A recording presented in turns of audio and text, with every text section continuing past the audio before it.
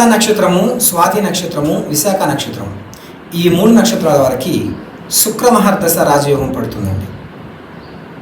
ఈ టైంలో మీరు దుర్గాదేవి గుడికి వెళ్ళండి. దుర్గాష్టోత్తరాన్ని గుళ్ళో కూర్చొని 3 పర్యాలు పఠించండి. దుర్గాలయాన్ని 9 ప్రదక్షిణలు చేయండి.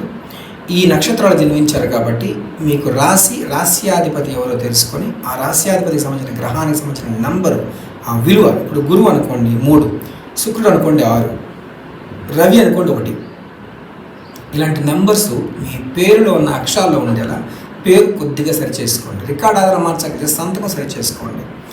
అంతేకాదు జాతకంలో ఇదే నక్షత్రాలు జన్మించిన వారికి లగ్నంలో కనుక రాహు రవి కలిసి ఉన్న, రవి కేతువులు కలిసి ఉన్న, రవి శుక్రుడు కలిసి ఉన్న ఒక్కసారి నాలాంటి వాళ్ళని కలవండి. మీరు కొన్ని పరిహారాలు పాటించాలి, కొన్ని దేవాలయానికి వెళ్ళాలి ఖచ్చితంగా. అప్పుడే మీకు యోగం కలిసి వస్తుంది. ఎందుకంటే శుక్ర మహర్దశ రాజయోగం ఈ 3 నక్షత్రాలు జన్మించిన వారికి అద్భుతంగా ఉండబోతుంది, తెలుసుకోండి.